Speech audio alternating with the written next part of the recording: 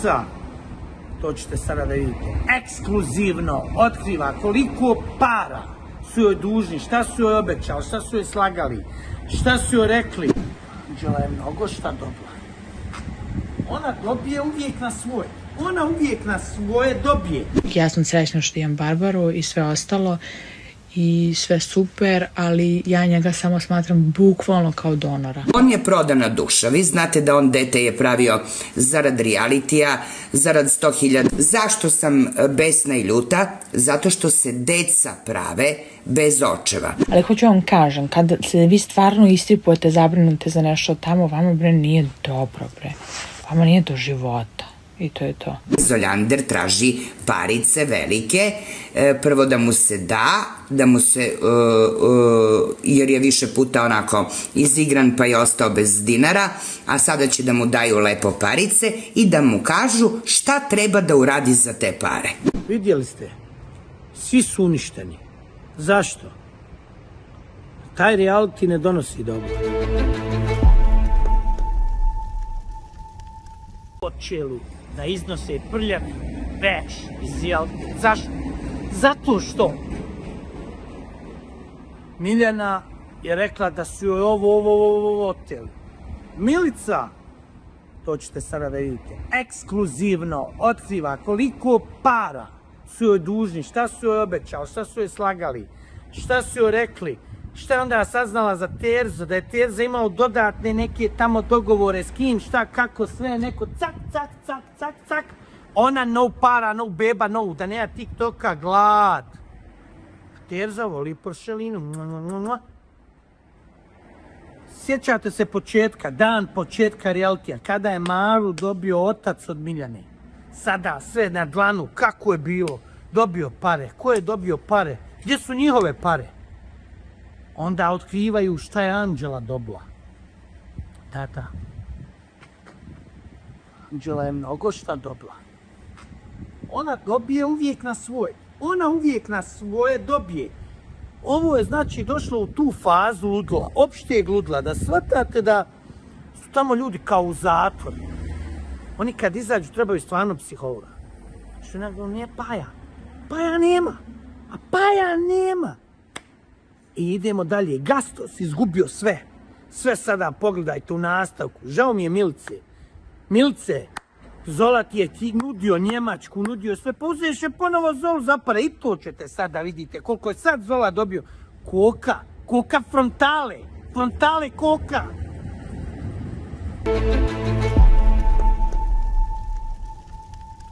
Pomokupa, tad je posljednji obrok pola 8:08. Za to vreme gledam seriju Rubina na televiziji, dok je uspavio u rukama. Kada se uspava, spustim u krevetac i Barbara spava do 5-6 ujutro, tada je prvo buđenje, kada uzme da jede i vrati se da spava. Tada odspava do jedno 7-8, ne znam, onda ustane, onda opet, ako je prošlo 3 sata od 5-6, onda opet jede. Nakon jela je uzima moja mama ili moja baba, u slučaju da ja još hoću da odspavam, jer sam bila budna s njom od 5-6 pa do tog perioda, tako da one me od mene uspavaju je, ja spavam pored nje i to je to. Nas sve zajedno zvanično ustajemo oko 12:01. To je otprilike neka situacija koju mogu da vam kažem. Tako da sa bebom od 2,5 mjeseca ja ustajem u 12:01 popodne. Da, dobro ste me čuli. To nam je onako zvanično ustajanje. Onda nakon toga, zavisi da li je lepo vreme ili nije, idemo napolje. Napolje smo ceo dan do 6-7, dok ne treba da dođe da se kupa, da jede i sve ostalo. I tako nam je svaki dan i svaki dan je isti. Evo je moj Ivka numerolog.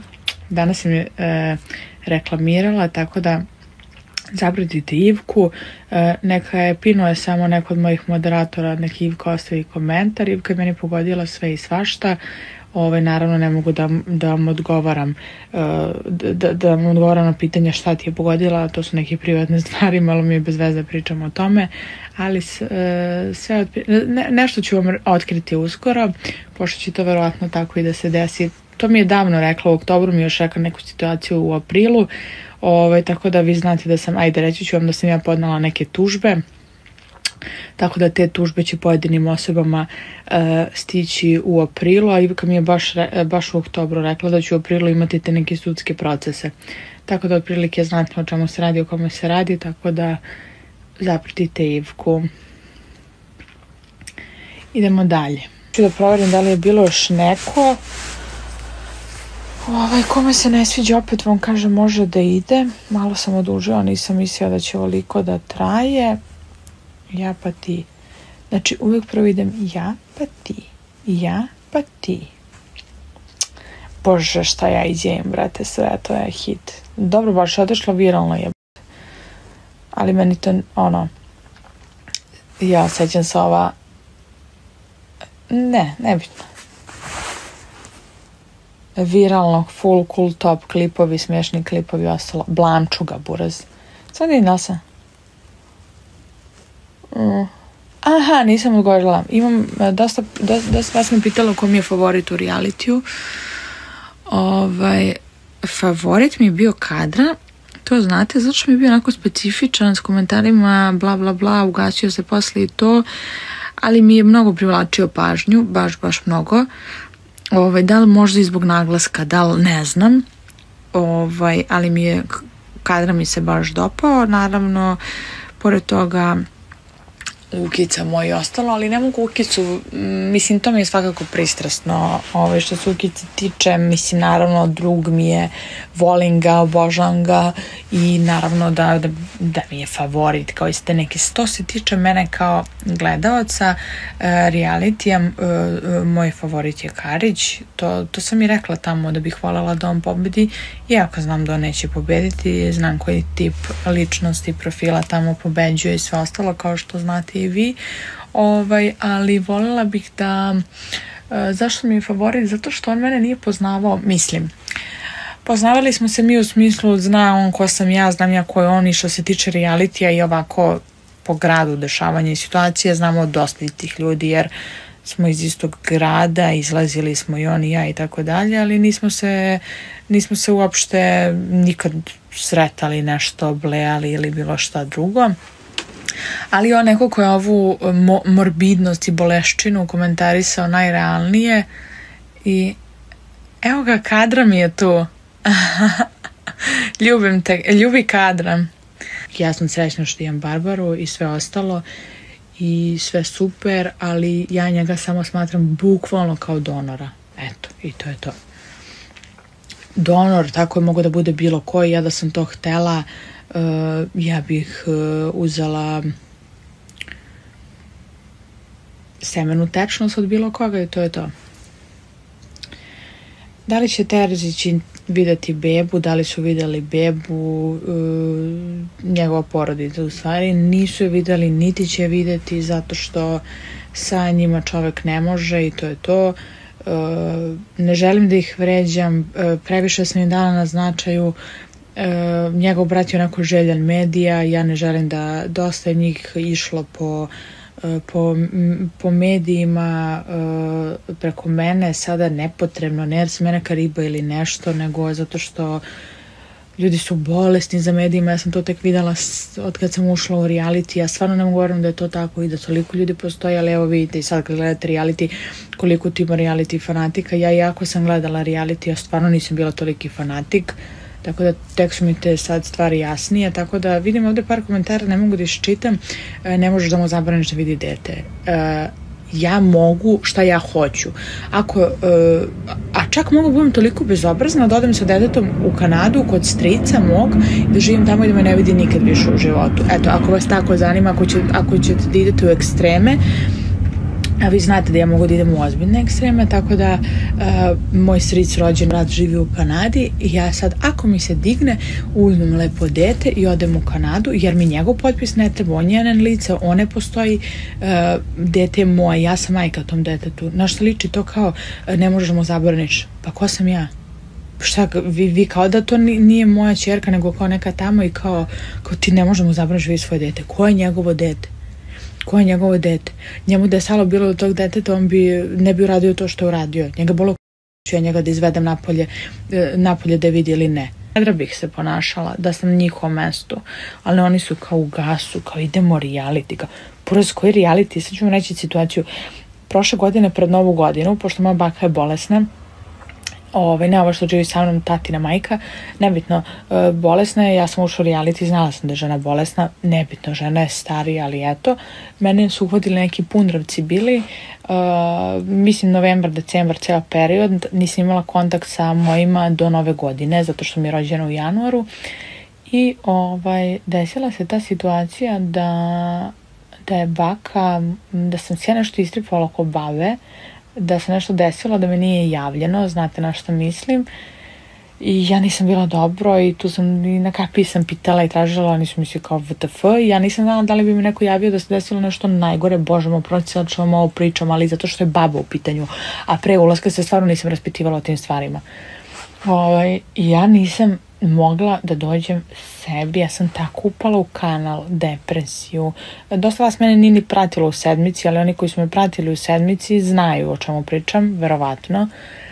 I sećam se, slede videoklipovi i ja čekam, ja vidim, nije mi ta baba snimila videoklip, oni za Novu godinu čestitku. I ja puhnem s mozgom, nisam znala da će biti posete, jer oni sezonu pre nisu imali posete. Meni čim je došla majka, ja sam nju pitala zašto mi Jasna se zove baka, zašto mi nije snimila čestitku i ona je bila u fazonu kao bolesna, je bila imala temperaturu, a kao pa je okej, i mama kaže jeste okej, sve u redu. Ja sam se tad smirila i od Nove godine mi je laknulo. Ali hoću vam kažem, kada se vi stvarno istripujete, zabrinute za nešto tamo, vama bre nije dobro bre, vama nije do života i to je to. Tako da, eto, nadovezala sam se neku 10. temu, izvinite.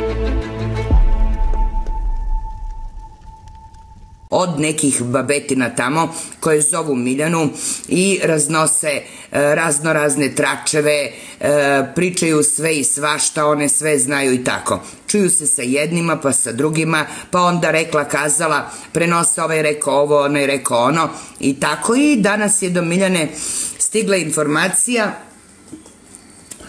ko u petak ulazi u ovu elitu. I Miljana meni priča, rekao, bože, mili, rekao, da li su ove žene... I ja čujem razgovor s jednom tetkom, babom li je baba, tetka, neki stari ženski glas, priča Miljani, da, došao je tu, ovde, i danas stiže, radi zube, u ponedeljak, u petak ulazi u elitu i ja skontam, čujem razgovor i priču da se radi o Zoli. I kaže, baba ide u petak u reality i ja kažem Miljani, jer vidiš, reko sada, kao što su, sada je u Beogradu, stigao je danas, treba da uradi zube, ide na razgovore i u petak, valjda ovaj petak, ne sledeći, ulazi u elitu. Zašto? Zašto?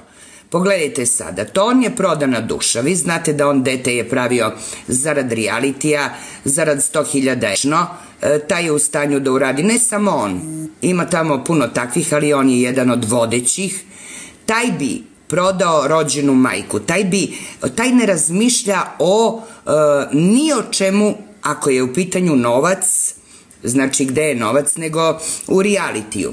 Zašto sam besna i ljuta? Zato što se deca prave bez očeva. Znači na inicijativu te smrdljive produkcije zovu ga da mu kažu, slušaj, matora se uhvatila sa Draganom, Muljezu na pamet ne pada da bude sa ovom, niti je voleo tada kad je bio sa njom, niti je bio zaljubljen u nju, on je vetar, trči tamo ovamo, jer zarad priče i s ovom ću da budem i s onom ću da budem, plakao i kukao prošle sezone, ne zato što je voli, nego je pričao priče samo da bi ga vratili, da bi uzimao pare. Vidite šta kažu za njega, koliko je dužan i ružan, i on je morao da pravi priču prošle godine, kad je izašao napolje kao da mnogo pati, pa pisao ovom, onom, jao za Stefani, za onu pačavru. Kad me pitate ko je pačavra, to je pačavra. Stefanije Pačavra, jedna mala guska koja će isto kao njena majka 5-6 deteta od različitih muževa da napravi samo tamo u realitiju, zato zovu Zolu. Muljez je bio prvi koji je napravio dete, matora se uhvatila sa Draganom, sada oni dovode za malu ovu nenormalnu glupu, kao što je moja ćerka glupa pa išla tamo i nije slušala mene, i kao što su njoj govorili šta da radi i kako da radi, ja reći ću vam i šta su joj konkretno rekli u prošloj sezoni da radi, i to ću da vam kažem. Tako dovode ovom detetu, o kome izgleda niko ne vodi računa, majka se bavi tom drugom decom koju ima, ulicu, možda čuva i to njeno dete, a ova si radi šta hoće. Kao što se vidi, sada dovode Zolu da mu kažu da napravi još jedno dete Stefani ovde u realitiju i da im to bude priča. Boli njih uvo i za tuđe živote i kako će ta deca da rastu i da li će sutra imati, kad ne bude tog smrdljivog realitija, od čega da žive, kako će da žive, da li će da rastu sa majkama nenormalnim kao što ova Stefani i još druge tamo koje su pravile decu. Ima koje će da se promene i koje su se promenile, a kod nekih nema popravki, a svaka koja se bude promenila i koja se menja, ja skidam kapu i čestitam i želim da ne da se uče na svojim greškama, nego da se sva deca uče na tuđim greškama, a najbolje se uče na greškama ovih budaletina tamo koje ulaze, najbolje. Sada očekujte još jednu bebu, jer ova je priplodni bik, znate koliko je puta ovo stvorenje ostajala tamo trudno od njega i nije vodila računa o sebi i o svom životu, a njega zabola ona stvar, ko će da ide da se čepi, da li će ide neko na kiretaže, da li će se rađaju deca, ko će sutra da ih čuva, da li će ih čuvaju narkomani, alkoholičari, kockari, to njega ne zanima. Bitno da se napravi dete i da se ima priča u reality. Tako da očekujte Zoljandera da bude sa Stefani, on ne bira, on bije babu tamo, da dođe neka baba i da mu kaže evo ti toliko i toliko para, budi s ovom babom, a ta baba da je bez mozga, znači on bi bio i sa njom zbog para, jer je i on dužan i ružan, takvi i uvode tamo, sa takvima mogu da manipulišu i da prave priče, ali Zoljander traži parice velike, prvo da mu se da, jer je više puta onako izigran pa je ostao bez dinara, a sada će da mu daju lepo parice i da mu kažu šta treba da uradi za te pare.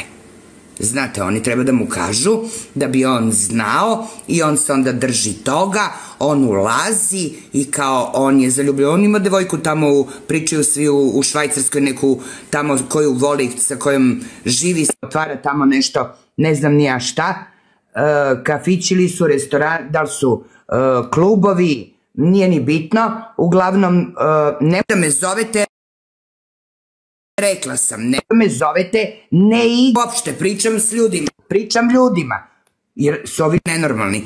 Nemoj ko gleda live, prenesite da mečeve večeras ne igram. Pogledajte koliki su mi podočnjaci, pogledajte ovo žuto oko očiju, meni je sve ovde crno oko očiju i žuto i potrešena sam zbog situacije, ali danas kad sam čula ovo morala sam da se uključim da vam pričam.